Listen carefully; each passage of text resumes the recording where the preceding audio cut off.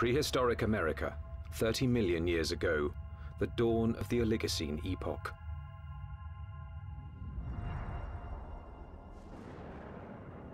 The Earth was cooling, and as temperatures dropped, the landscape began to change. In what would someday be Nebraska, Wyoming, and South Dakota, tropical forests gave way to a radically different environment. As forests disappeared, animals had to adapt to a dangerous new world of wide open spaces with nowhere to hide. A world where there was only one way to survive: run for your life. Camels become adapted for open country, horses become adapted for open country, and you have to be able to escape your predators by being fast runners. As prey animals became harder to catch, predators also had to change. In this arms race, it took speed and jaw power to stave off starvation. There were nimravids, cat-like creatures with saber teeth, which could kill with one quick bite. And the fearsome hyenodon with its lethal jaws.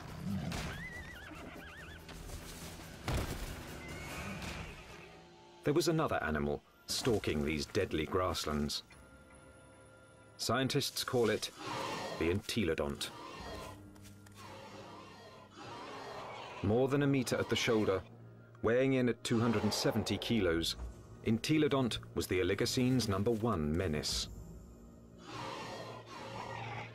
Entelodonts, I mean, they were really bad-looking animals that only a mother could love. And if you were another animal on the landscape and you saw one of these things, I think you'd go in the opposite direction.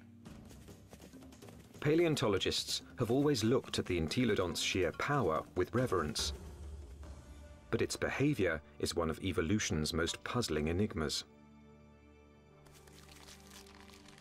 Was it a pure hunter, or did it use its battle tank body simply to protect itself from other predators? Between the biting and the chewing, you wanted to stay away from the business end of this animal. Just look at it. Look at the size of that skull. Look at all those teeth in there. There is no animal like this anywhere. Entelodont's name means perfect-toothed. Its teeth were driven by a perfect system, which gave this creature a ferocious bite.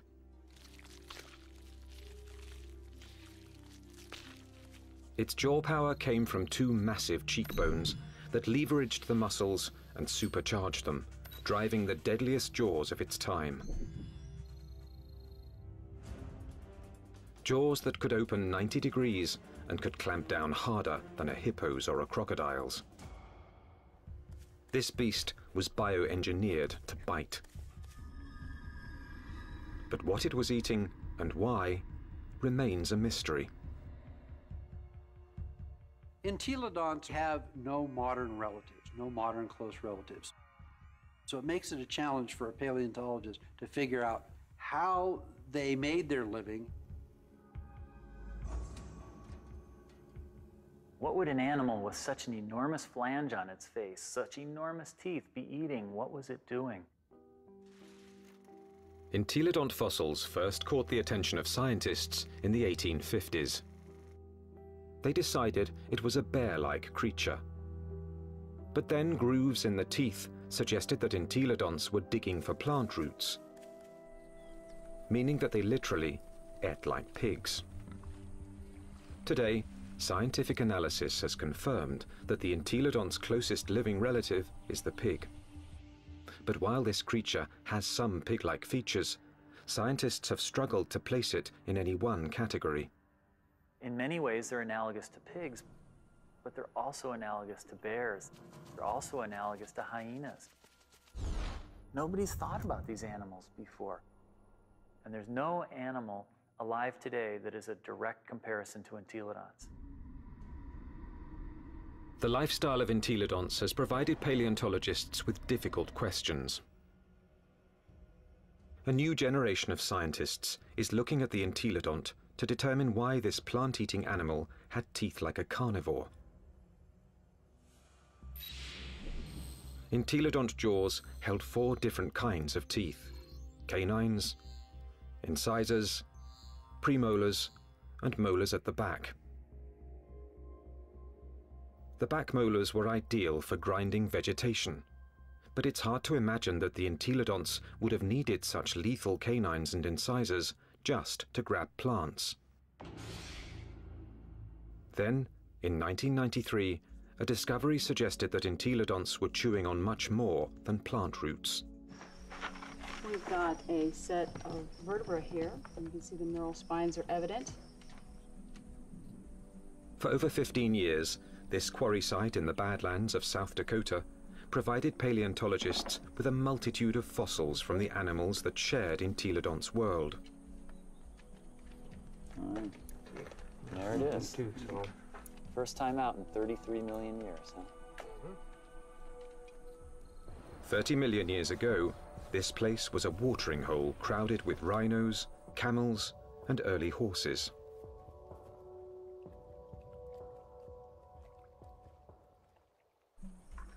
Well, we have some articulated ribs. Scientists also found one of the largest collections of entelodont bones in the history of North America.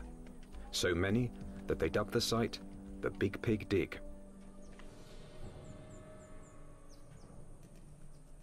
Fossil hunters also found the prehistoric equivalent of fingerprints.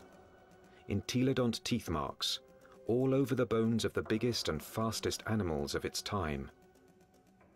These represent bite scars along the dorsal margin of this rhinoceros skull. Well, what could make these marks? If we take an entelodont skull, we see that the premolars are widely spaced apart. So when we lay that over the top here, lo and behold, they're matching up quite well, suggesting that this animal is at least a likely candidate for biting through the top of the skull of this rhinoceros. The dig presented key evidence that entelodonts didn't just eat plants, suggesting that they were less like modern pigs and more like fearsome prehistoric predators.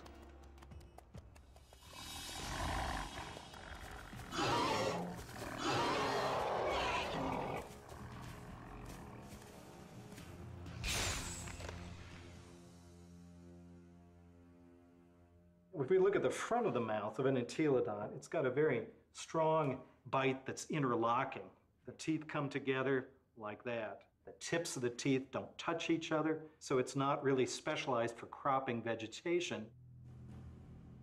In addition to interlocking, the front teeth angled slightly forward, giving entelodonts the ability to grab and nip, something plant eaters don't need, but meat eaters do.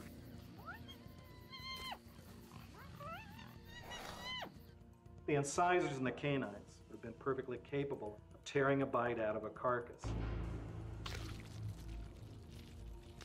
But dentition isn't the only reason paleontologists believe the entelodont was a dedicated carnivore. Under Wyoming's rugged terrain, scientists are finding more and more bones bearing the signature of entelodont's powerful jaws.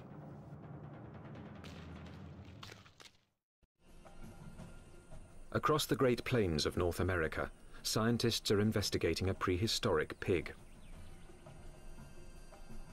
Entelodont has the teeth and jaws of a fierce predator, but its long, thin legs and cloven hooves suggest it might not be a very good hunter, because it couldn't use them to grab prey. Who was this beast, nicknamed the Pig from Hell? One veteran fossil hunter believes he's found the answer. I look at him as an attack predator, that he was top-of-the-line predator, just like the lion is today in Africa, and just like T-Rex was in the late Cretaceous. Paleontologist Kent Sundell has great respect for this creature's power to kill.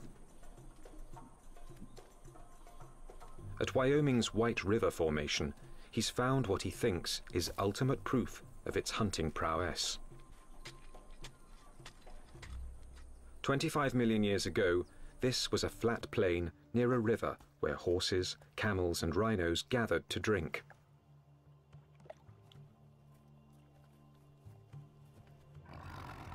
Fierce carnivores, such as hyenodons and saber-toothed cats, were also drawn here. It was the perfect spot to ambush and kill the unwary prey animals. In 1998, Dr. Sundell found the mangled skeletons of 7 miniature camels jumbled together. All the bones had been gnawed, and 6 were missing their hind quarters. In theory, they could have been the victims of several predators, like the hyenodon or early saber-toothed cats. But when Dr. Sundell matched up the teeth from White River's meat-eaters with the bite marks on the camel's bones, only one fitted.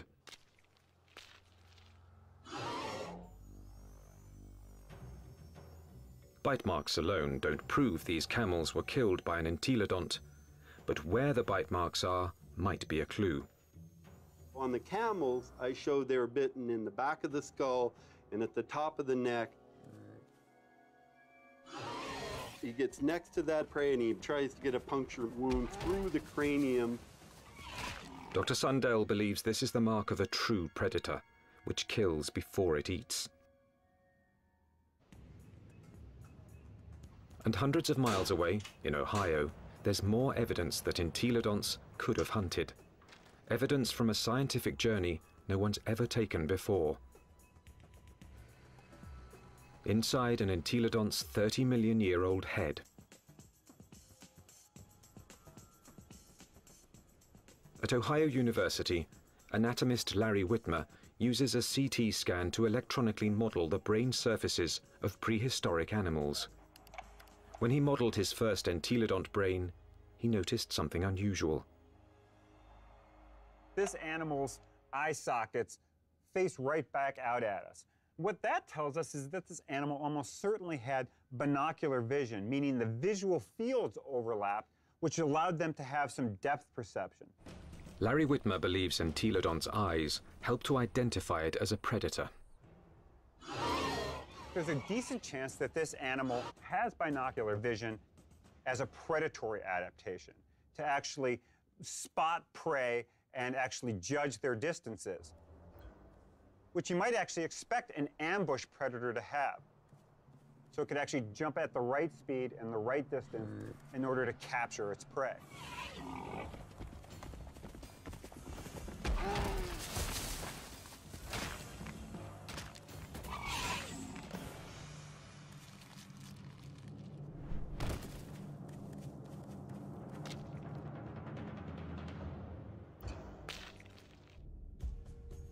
But entelodont's bizarre bioengineering doesn't inspire confidence that it could run and jump.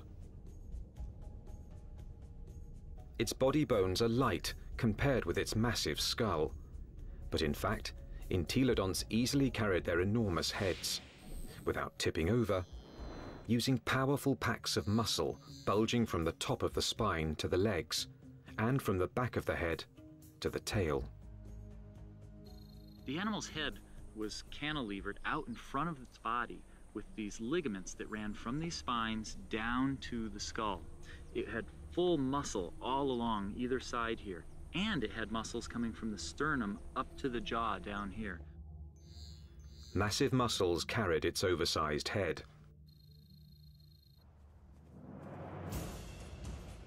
But to bring down a camel, it would also have to run fast. And that's when the entelodont's agile, lightweight body may have paid off. There's just one problem. When a predator catches its prey, it relies on its claws to grab it and bring it down. Armed with only cloven hooves, there is no way the entelodont could have captured a fleeing camel. Or is there? It must have been doing something right, because there's compelling evidence that plenty of large mammals ended up as an entelodont's lunch. Well, it looks like there's a lot of bones coming out along here, and right here we have a really large limb bone. And we found evidence that entelodonts have bitten into all sorts of bones, including rhinoceros bones. They've been biting into camels. We found evidence that they were biting into the long bones of rhinos. The bite marks that we see are these two. This would be... Kent Sundell believes White River's camel skulls reveal how a cloven-hooved predator captured its prey. He runs up, he gets next to that other prey, and he tries to get a punctured wound through the cranium or into the very back of the neck. And then the long snouts that I move around. Entelodont expert Scott Foss disagrees with Kent Sundell's scenario. Where I can get close enough to. I doubt an entelodont used its teeth in order to capture other prey. It probably used its larger bulk and ability to accelerate to just run into the animal and knock it over.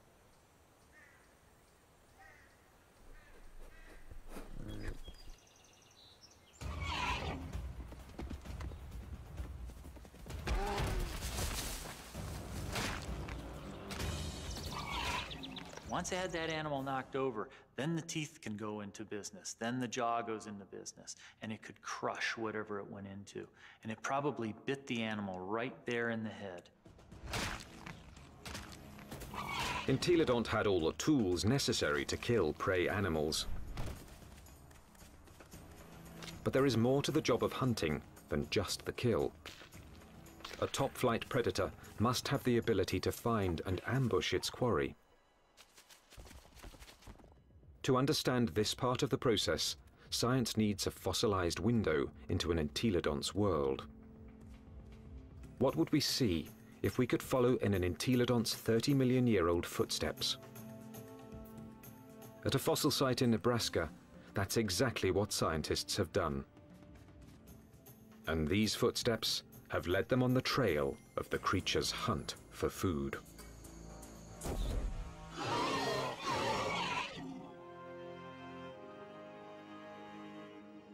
Northwest Nebraska, home to Toadstool Geologic Park, one of America's more remote tourist destinations, and a treasure trove for anyone fascinated by life's ancient past.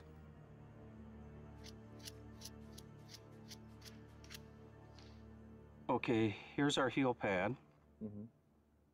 Toe, toe, center hoof, which bears most of the weight, the middle toe. So that makes this a very nice rhinoceros print.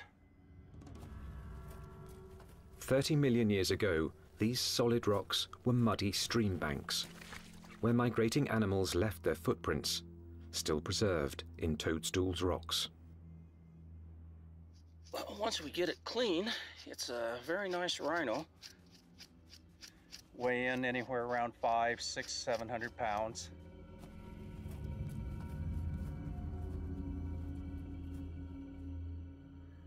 Dave Nixon has spent over 25 years analyzing the fossilized animal tracks of Toadstool Park. So on the first slabs over there. He pours water on 30-million-year-old tracks to make them more visible. He can then interpret the animal's behavior. And he's walking at a deliberate pace, but not excited until he gets to this point. Starts to become stuck in the mud and shows quite a bit of emotion here because he really kicks. Lands here and he's out of the mud, but he puts another leap in, and the third bound takes him out of our exposure, and we're seeing excitement, if not fear. And if you're a herbivore, somebody always wants you for lunch. The rocks reveal that something was following the rhinos. We also have some smaller tracks. They look really tiny until you realize they're the tips of the toes. And what we have is an entelodont The entelodont tracks at Toadstool Park give experts like Dave Nixon an unparalleled opportunity to understand how these creatures might have hunted. Because on that day, 30 million years ago, entelodonts weren't the only animals following the rhinos. And we have a set of carnivore tracks over here. These are smaller, and there are some claw marks on the inside. And we have another set right here. That carnivore may have been a hyenodon. 30 million years ago, hyenodon was one of the top carnivores.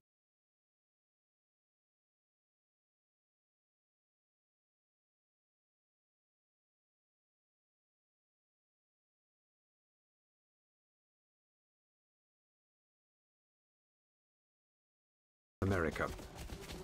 Its powerful jaws could pin down any prey animal. Then its razor-like teeth would finish the kill.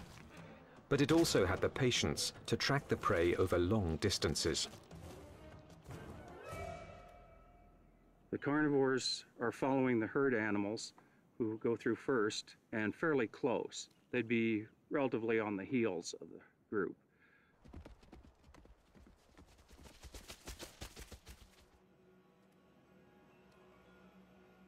Mysteriously, the tracks also reveal that the entelodonts were letting the competition get closer to the prey.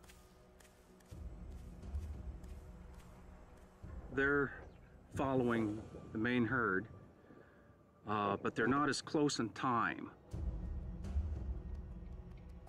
Why would a hungry entelodont on the trail of a meal allow another predator to rush in for the kill? The answer may lie in the most puzzling evidence of all. What's interesting, the rhinos are going that way, and the entelodonts are running at about a 45-degree angle to the rhino trail. Zigzagging seems a strange path to take if the hyenodon was closing in on the prey. But some experts believe entelodonts might have had a very good reason to zigzag. A reason revealed by a CAT scan. When anatomist Larry Whitmer modeled the surface of an entelodont's brain, one exceptionally large nerve cluster got his attention.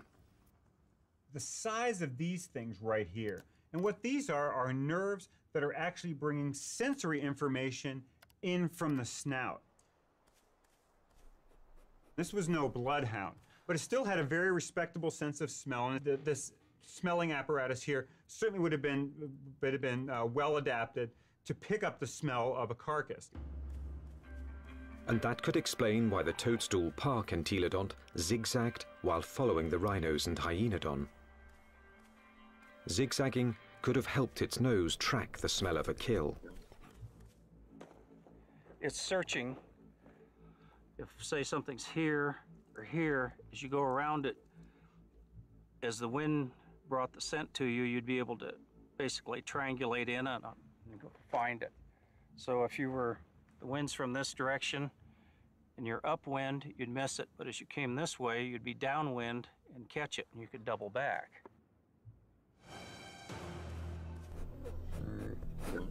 It puts its nose up in the wind, it catches the scent, and then it's going to start zigzagging along, walking from one side of the riverbank to the other till it picks up a smell, and then it'll start zeroing in on it.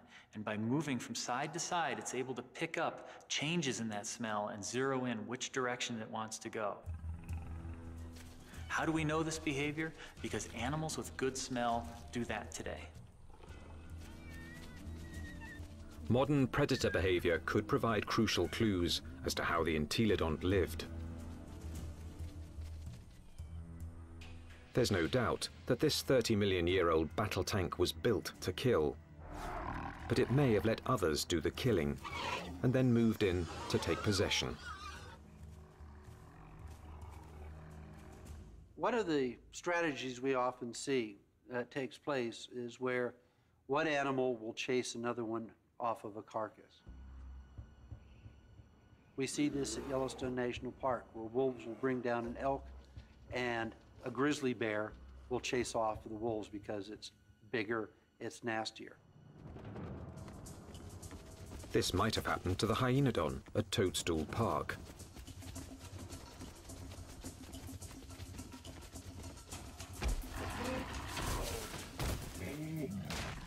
The hyenodon has run down and killed an exhausted rhino and is feasting on the carcass,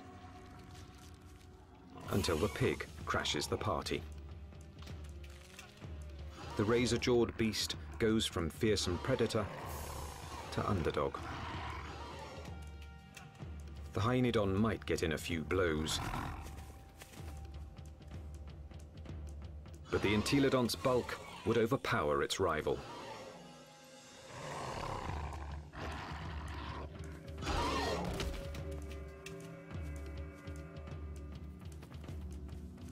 Entelodont had the tools to take any carcass it wanted. I can't think of any other carnivore that might stand up to it. Some experts argue that this is the true secret of the creature's success. An entelodont could hunt, but it didn't need to be a full-time predator.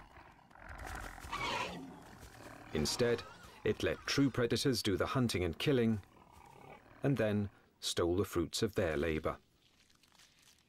Stealing food from a hyenodont, even if it meant getting into a battle with a hyenodont, would probably take a lot less energy than having to hunt for food and kill food on its own.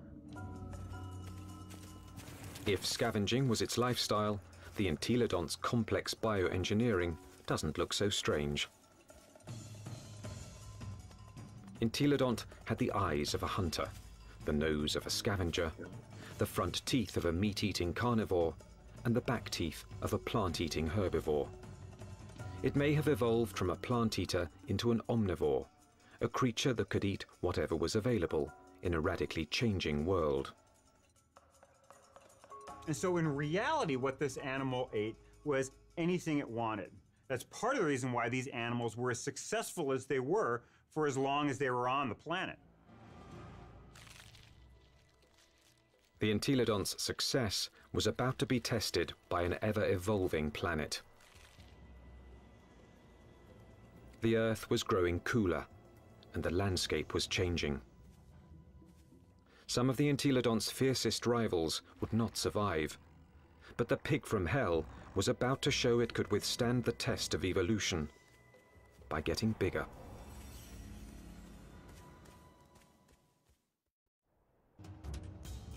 "25 million years ago, entelodont reigned supreme. It roamed the North American Badlands, eating everything, fearing nothing, taking any food it wanted." Well, we're talking about the biggest, meanest animal that ever walked the Badlands, and was one of the most ferocious animals that probably ever walked the earth. Nothing could stop the entelodont from dominating their world for millions of years to come. Nothing, that is, except planet Earth. 25 million years ago, the time known as the Miocene began. The Earth grew even colder, and once again, North America began to change. The trend towards drying, a more arid environment continued, and you see woodlands become less frequent, become more scattered, spotty. So you're talking about an open grassland environment very similar to what we think of the Great Plains today. The fossil record reveals that as plant foods grew more scarce, mass extinctions began. Survival depended on traveling long distances to find something to eat. One of the selective factors that we see going on is animals becoming larger because it enables them to cover larger distances to find the food resources that they need to survive. And that meant that predators were confronted by a life or death problem. Now, the animals they hunted were bigger, faster, and much harder to kill. It's like an arms race. If the prey become much larger, They become too big for carnivores to handle, and so the carnivores have to get larger in order to be able to feed on these larger prey items. Some predators, such as Hyaenodon, couldn't meet the challenge. After 10 million years as North America's apex hunter, it disappeared from the fossil record, and that put Entelodon's survival on the line.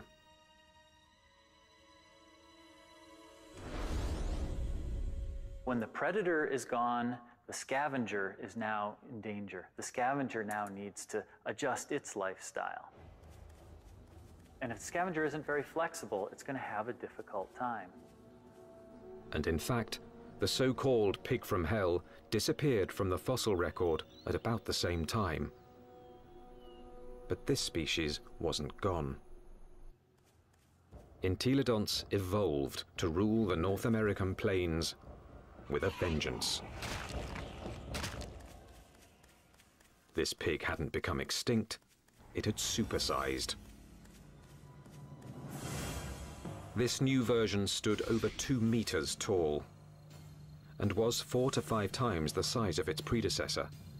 It still had a battle tank body and a sprinter's legs. Its skull and jaws were now even more massive and more intimidating. It was bigger than a modern bison.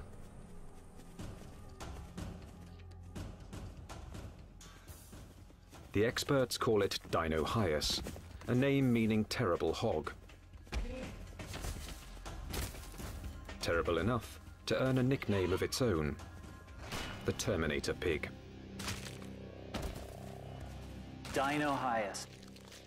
This is the monster of monsters. This is the beast of beasts. The skull alone is almost 1 meter long. This thing could bite through anything. The canines are this big around. They're just an enormous animal. And what is it doing? The answer lies at Agate Springs, Nebraska, one of the few places in North America where Dinosaurs fossils are found. 24 million years ago, this place was a watering hole, an oasis in the arid sea of grass.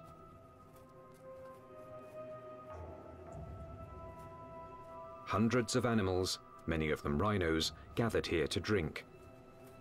And as the drier, colder planet killed off their food supply, they came here to die, making Agate Springs a paradise for predators and a favorite haunt of the Terminator pig.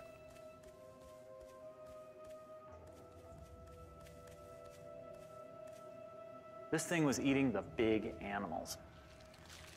We think that this guy was specializing on the large rhinos that lived at the time, on the calicotheres that lived here at Agate Springs. This is a limb bone from a calicothere, and in it we have a bunch of bite marks made by either a predator or a scavenger.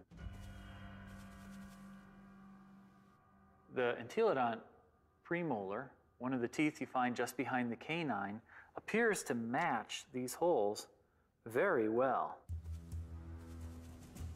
When its crushing jaws bit into some of the Miocene's biggest mammals, Dinosaurs was chewing on more than meat.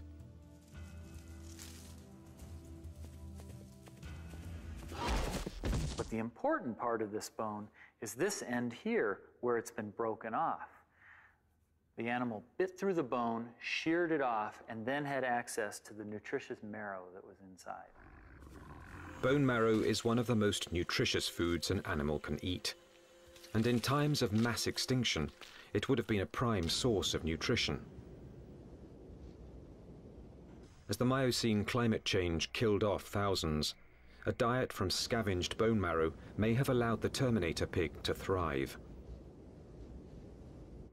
The long bones contain marrow, which is good for several years after an animal dies, so think of it as canned fat that would be available during a drought. So the pigs could still find food after a massive die-off, even if they're looking at mostly skeletons. The Terminator pig was the pinnacle of Entelodonts' evolution. this beast had supersized to survive the Mioceno's challenge. And it very nearly succeeded, but not quite. Because in this new world, survival would ultimately depend on a skill set even the Terminator pig didn't possess. 20 million years ago, a new monster predator arrived in North America. The bear dog.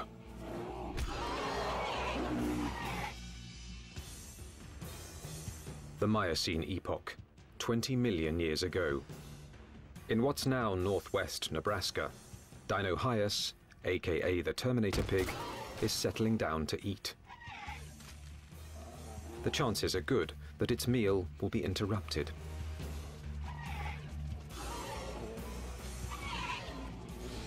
With its huge size, it could handle just about any threat to its dinner. Except a threat it had never seen before: the bear dog. A recent arrival from Asia, this savage, bone-crushing beast wouldn't back down from any fight.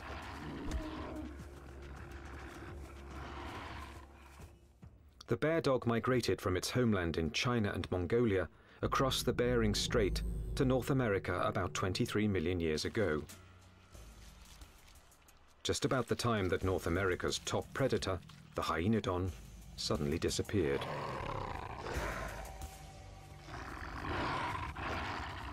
Scientists suspect that it wasn't a coincidence.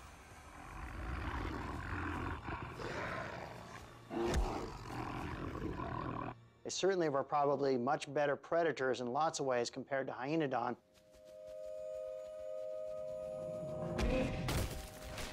And so it's a reasonable expectation that they probably drove the last of hyenodon to extinction in North America. With hyenodons gone from North America, the bear dogs faced off with their only remaining competition, the Terminator pig. Dinosaurs relied on its massive size and killing jaws, two advantages its ancestors had once deployed against hyenodon.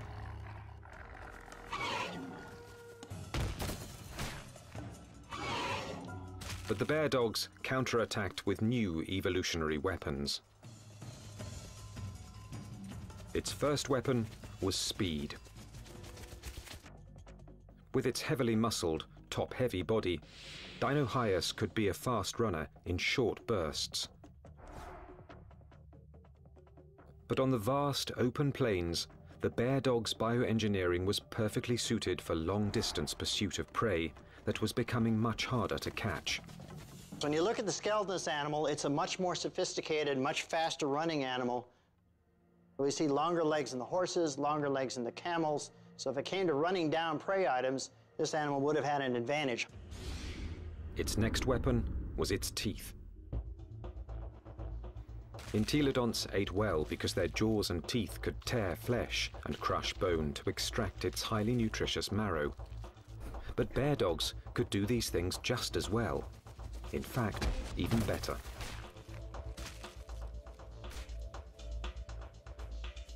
It's a great animal at biting bone, eating bone, crushing it.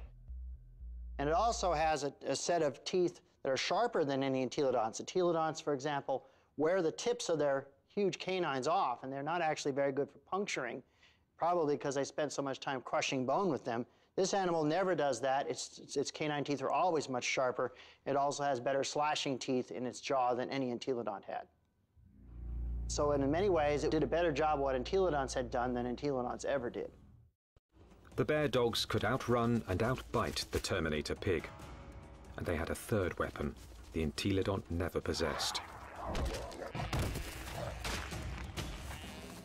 The deadliest power ever to evolve on Earth. Bear dogs actually had much more advanced brains. Brains that were much more like what we see with modern animals. So where these entelodonts had relatively archaic, simple, smooth brains, these bear dogs actually had a much more expanded neocortex that was more highly folded.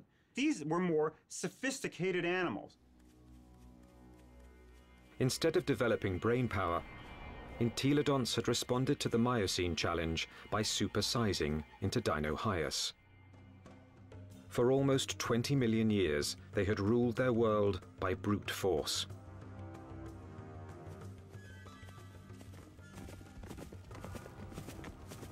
But no more.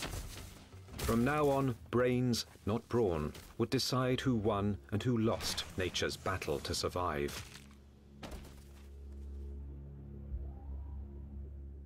The mammalian world was fully caught up in this neural arms race. That arms race was starting to take place, and these entelodonts apparently weren't taking part in that.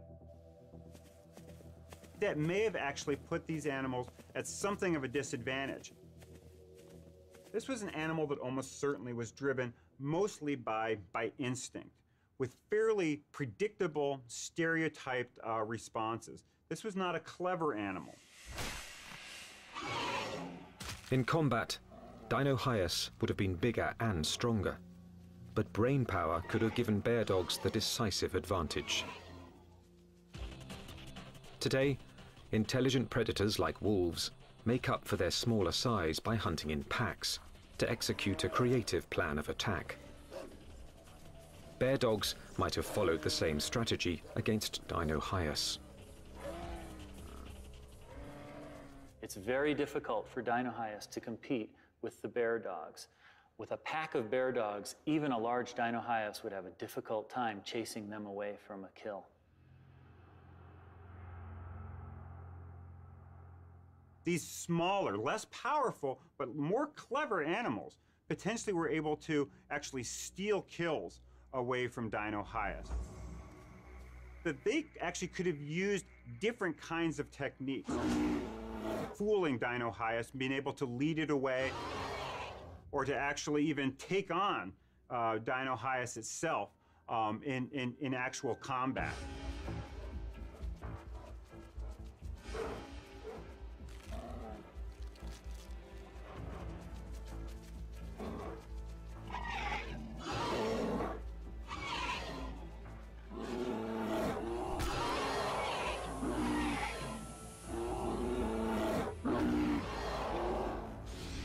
And so this is a more advanced animal in terms of its teeth, in terms of its speed, in terms of its overall body size, and especially in terms of its intelligence. This thing has a much larger brain for its body size than does any entelodont.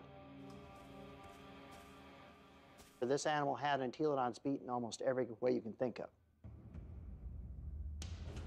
Within a few million years, after bear dogs arrived in North America, they had squeezed Dinohyus out.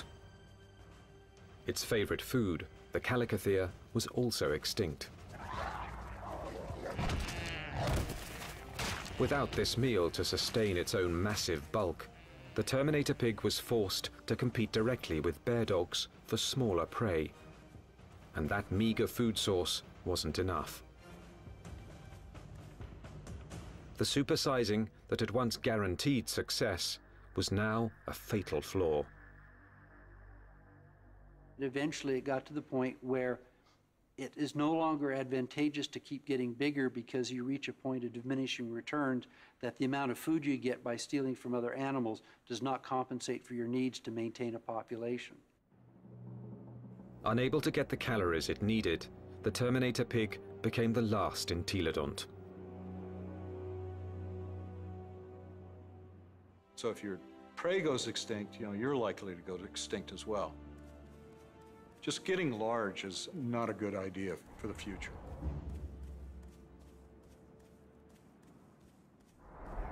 Despite its rapid demise, entelodont was an evolutionary success. It dominated its environment for nearly 20 million years. It had the ability and intelligence to either hunt, scavenge, or forage, allowing it to survive on any available food source.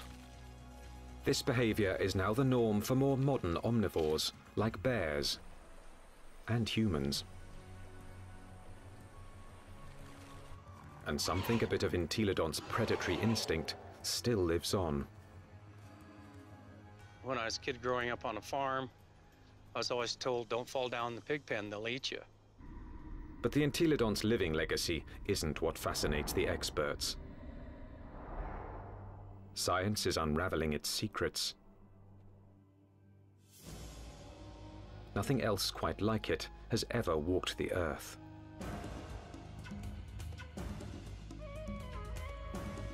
All we know is that this strangest of creatures, this toothy beast with an appetite for destruction, dominated its brutal, dangerous world for tens of millions of years.